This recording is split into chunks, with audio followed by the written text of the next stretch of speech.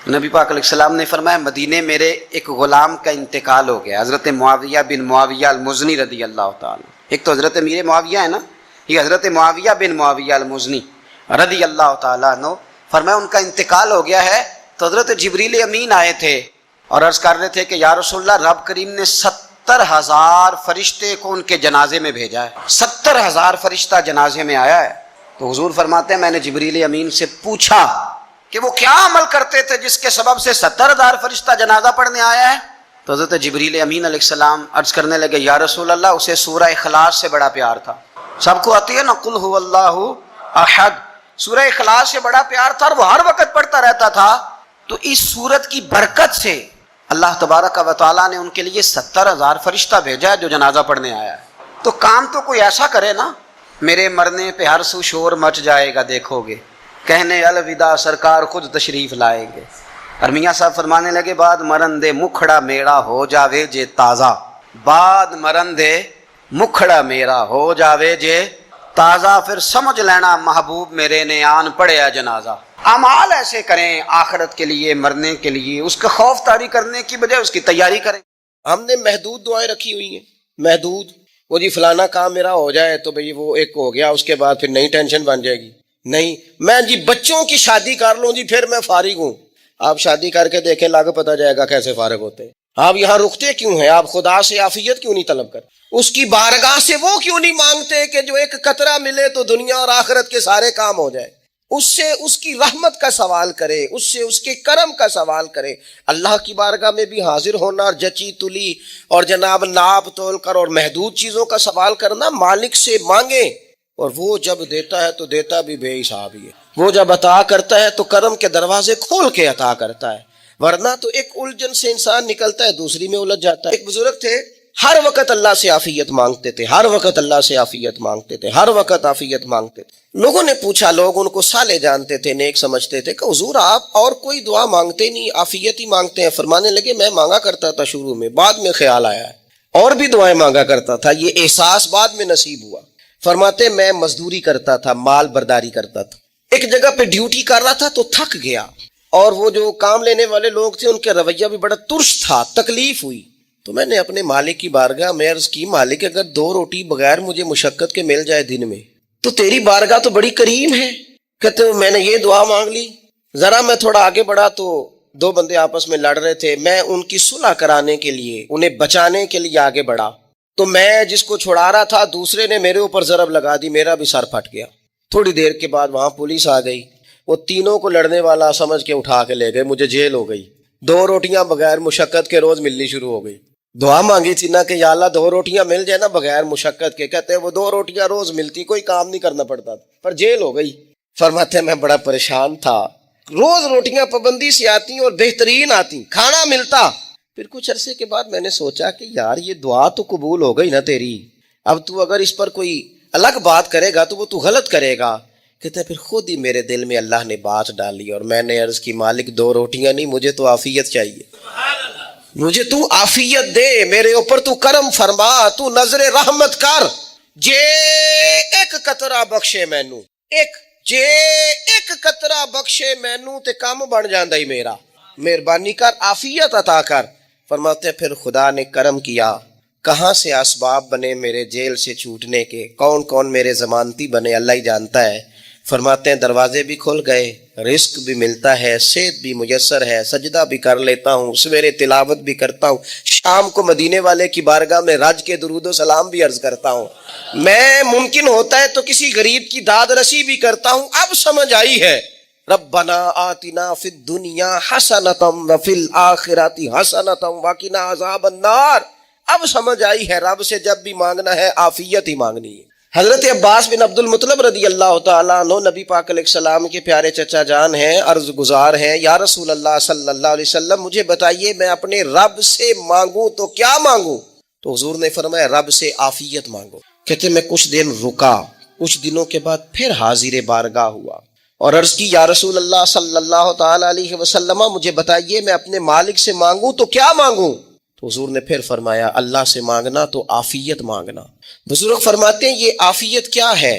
عافیت یہ ہے کہ یا اللہ ظاہری پریشانیاں، باطنی پریشانیاں، اے اللہ ظاہر کے میل کچیل بھی دور ہو جائیں، باطن کے بھی دور ہو جائیں، اے اللہ ہر معاملے میں، ہر آزمائش میں، ہر دکھ میں ہمیں تیری پناہ نصیب ہو جائے. یہ عافیت ہے. اور صوفیہ کرام فرماتے ہیں عافیت سے بڑی نعمت کوئی نہیں اگر کسی کو میسر آئے تو، عافیت سے بڑا حسن کوئی نہیں اگر کسی شخص کو یہ نصیب ہو جائے. اور ایک اللہ والے نے تو ایک اور بڑا خوبصورت ترجمہ یہاں کیا ہے، وہ کہتے ہیں عافیت کا مطلب ہے دل کا قرار، عافیت کا مطلب ہے باطن کا سکون، عافیت کا مطلب ہے انسان کے مزاج کا حوصلہ، ٹھنڈک، بردباری. جس بندے کو عافیت نصیب ہو جاتی ہے گویا اللہ اسے سکون کی دولت عطا فرما دیتا ہے. تھوڑے پیسوں میں بھی سکون، بغیر شہرت کے بھی سکون، کوئی بات مان لے تب بھی سکون، کوئی دھتکار دے پھر بھی سکون، لوگوں کی گڈ بک میں ہو پھر بھی سکون. اور اگر لوگ سارے مخالفت میں آ جائیں تو چونکہ اللہ نے عافیت دی ہے پھر بھی سکون. اللہ تعالیٰ نے ان لوگوں کو قرار کی دولت، اللہ سے عافیت مانگی جائے. اس میں دنیا کی بھی بھلائی شامل ہے، آخرت کی بھی بھلائی شامل. نبی اکرم صلی اللہ تعالیٰ علیہ وسلم توجہ دلاتے کہ اللہ سے تم عافیت مانگو. ہمارا نہ جی، کیونکہ سب سے بڑا مسئلہ روحانی تربیت کا ہے. ہمارے ہاں باتیں ڈھیر سارے لوگوں کو آتی ہیں اور بہت زیادہ آتی ہیں. منصوبہ بندی کرنا، پلاننگ کرنا، اپنے معاملات کو خود سے کیسے لے کے چلنا ہے، کیسے ٹھیک کرنا ہے، اپنے حق میں دنیا کو کس طرح قائل کرنا ہے، یہ ڈھیر سارے لوگوں کو آتا ہے. اور اپنے حق میں دلائل کس طرح قائم کرنے ہیں، اس میں بہت سارے لوگ خود کفیل ہوتے ہیں، انہیں کسی سے مشاورت کی بھی ضرورت نہیں ہوتی. لیکن اللہ کی بارگاہ سے اپنا رشتہ کیسے جوڑنا ہے، مالک سے کرم کا سوالی کس طرح کر کے ہونا ہے، اللہ سے عافیت کا سوال کیسے کرنا ہے، یہ چونکہ روحانی تربیت میں ہمارا مزاج نہیں ہوتا لہذا ہم اس طرف جاتے نہیں. ہم وہ اپنی مرضی کی چیزیں، یعنی وظیفہ پوچھ کے گئے ہیں ایک صاحب، کچھ عرصے کے بعد آئے ہیں تو آ کے کہتے ہیں مولانا صاحب، پیر صاحب یا قاری صاحب یا فلاں صاحب، کسی سے بھی پوچھ کے گئے کس چیز کو نیک آدمی جانا، پھر لوٹ کر آ کے کہتے ہیں کہ آپ نے وظیفہ بتایا تھا پر کام کوئی نہیں ہوا. تو میں تو صاف کہتا ہوں اور کھلے دل سے کہتا ہوں کہ بھائی وظیفہ آپ کو بتایا تھا کہ اللہ کی رحمت متوجہ ہوگی، خدا کی رحمت کو آواز دینے کے لیے وظیفہ دیا تھا. کوئی بھی وظیفہ رب کو مجبور تو نہیں نہ کر سکتا معاذ. اور وظائف کس لیے پڑھے جاتے ہیں کہ جلدی سے معاملات ٹھیک ہو جائیں، میرے حق میں چیزیں بہتر ہو جائیں، تو اللہ کی رضا کے لیے پڑھے جاتے ہیں. تو وظائف کو، عبادات کو، نوافل کو، تلاوت کو، درود پاک کو تو رضا الہی کا ذریعہ بنانا چاہیے. لیکن ہم چونکہ ایک پورا الجھاؤ رکھتے ہیں اپنی دنیا داری کے معاملات سیدھے کرنے، ایک پورا خیر رکھتے ہیں. وہ لوگ ملتے رہتے ہیں مختلف بزرگوں کی نسبت کے تعلق سے، تو بعض جگہوں پہ بعض لوگ بڑے تیز ہوتے ہیں، یعنی ان سے آپ کی ملاقات ہوتی ہے تو بندے کو محسوس ہوتا ہے کہ یار اسے تو پہلے ہی ساری باتوں کا پتہ ہے. اور کئی دفعہ ان سے ملنے کے بعد احساس ہوتا ہے کہ یار اس سے تو تھوڑا سیکھ ہی لیتے تو بہتر تھا، یہ تو بات بڑی آگے نکل گئی. سارا پتہ ہوتا ہے، باشعور ہوتے ہیں، لیکن ڈر آتا ہے اللہ سے. اتنا باشعور آدمی، سمجھدار، پنچایت، پریا، لوگ، دین، دنیا سارا پتہ ہے، نماز کا ٹائم آ گیا تو وہ چھپتا پھرتا ہے. اس کی طبیعت پر بوجھ بن رہا ہے معاذ اللہ اللہ کے حضور حاضر ہونا، اسے خیر کا کام کرنا پڑ رہا ہے تو وہ ادھر ادھر نکلتا جا رہا ہے. تو سوال یہ ہے کہ پھر یہ شعور کا کیا مطلب رکھا ہوا ہے ہم نے؟ پھر اللہ سے دعا کرنے کی ضرورت نہیں. وہ حضرت عارف رومی رحمۃ اللہ تعالیٰ علیہ فرمایا کرتے تھے بعض لوگوں کو رب سارا کچھ دیتا ہے، سجدے کی توفیق نہیں دیتا. اس کا مطلب یہ ہے کہ وہ کہتا ہے یہ سارا کچھ لے اور نکل جا، میرے گھر نہ آنا، رکھ سارا کچھ پاس. رب سے عافیت مانگی جائے، اس سے اس کا فضل مانگا جائے، اس سے اس کا کرم مانگا جائے. اللہ کے پیارے رسول صلی اللہ تعالیٰ علیہ وآلہ وسلم اس عافیت مانگنے پر زور دیتے، توجہ دیتے. میں آپ کو صحیح بتاتا ہوں، رب نے اگر کسی بندے کو عافیت میں رکھا ہو نا تو حالات کیسے بھی برے چل رہے ہوں اس کا بگاڑ کچھ نہیں سکتے.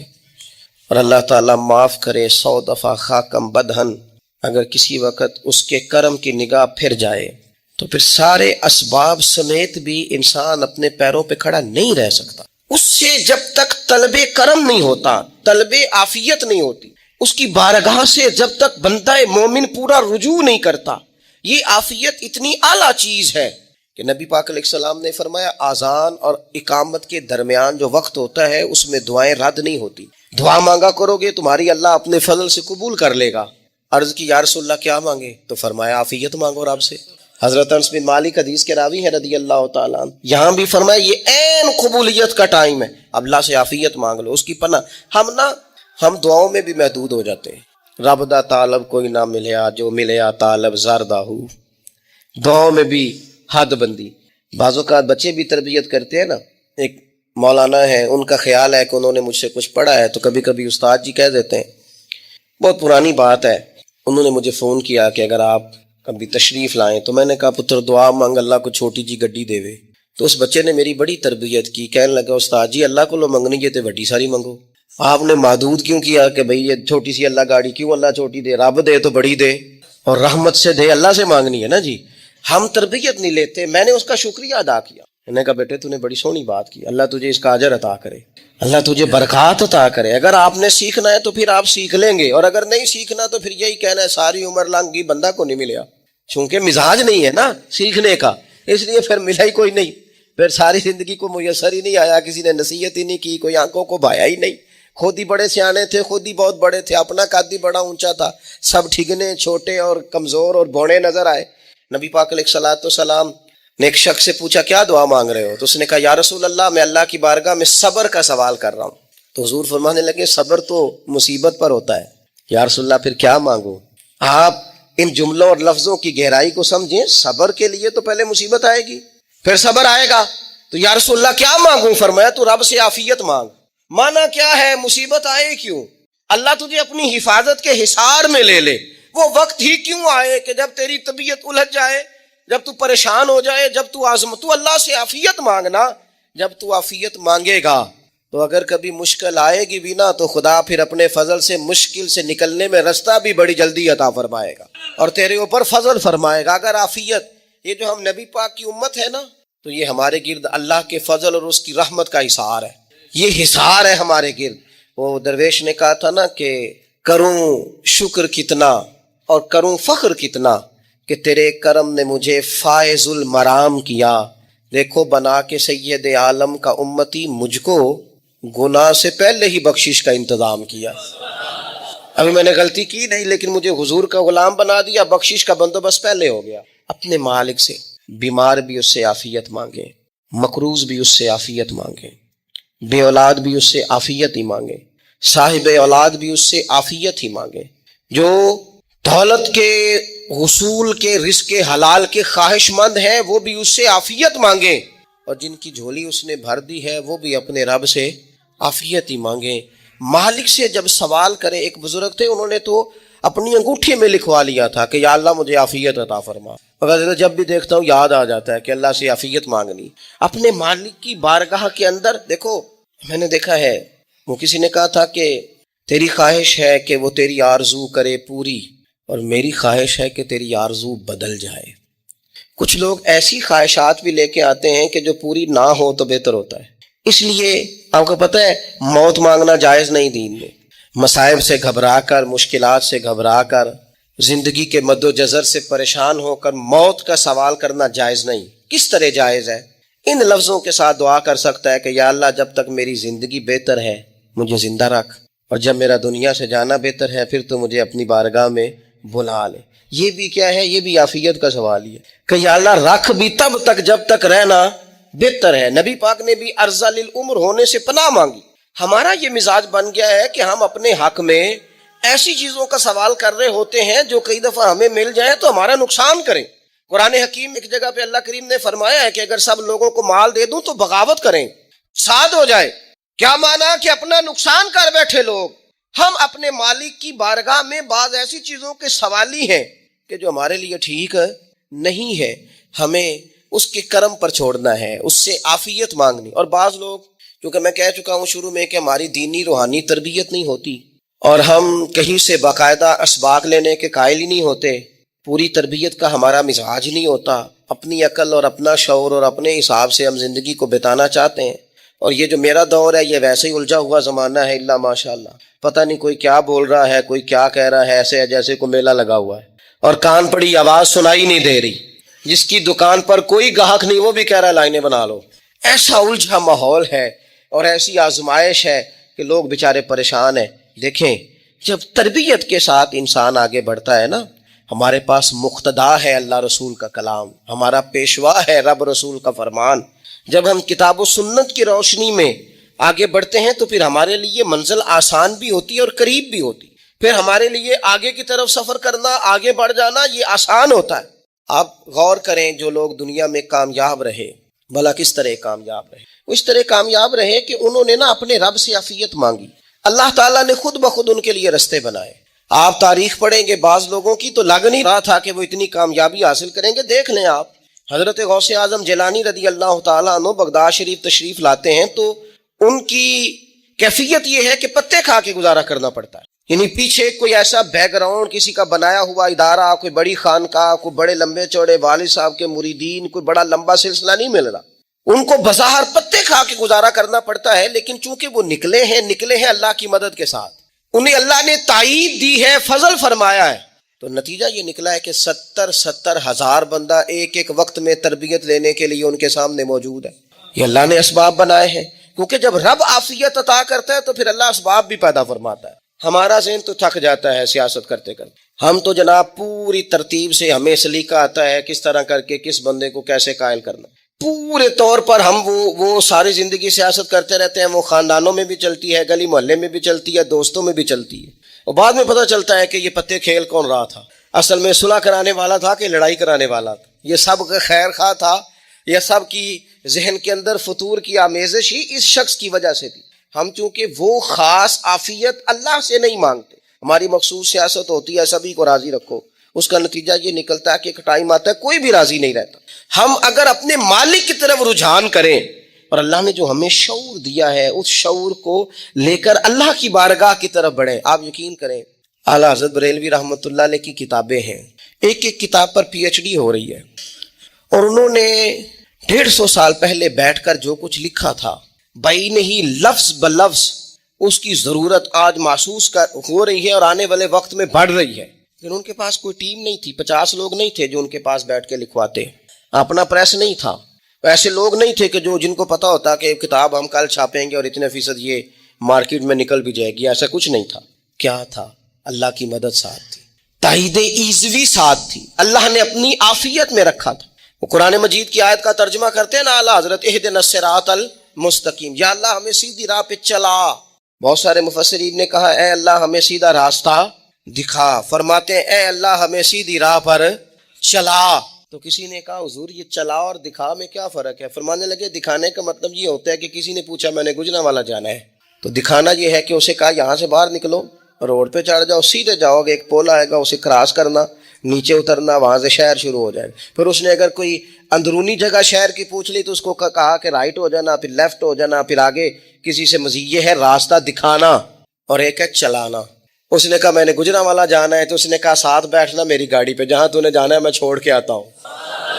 یہ راستے پہ چلانا ہے، یہ مقام تفکر ہے، آپ اس پر غور فرمائیں گے۔ کہتے ہیں یا اللہ تو ہمیں راستہ دکھائے گا اور دکھاتا ہے، لیکن چاروں جانب شیطان بھی تو بیٹھا ہے نا، فتنے بھی تو ہے نا، تو اگر تیری رحمت ساتھ رہے، مانا کہ محبت کے سفر میں ہر گام پہ 100 مشکل ہے، لیکن یہ سفر آسان بھی ہے اگر ساتھ تمہارا ہو جائے۔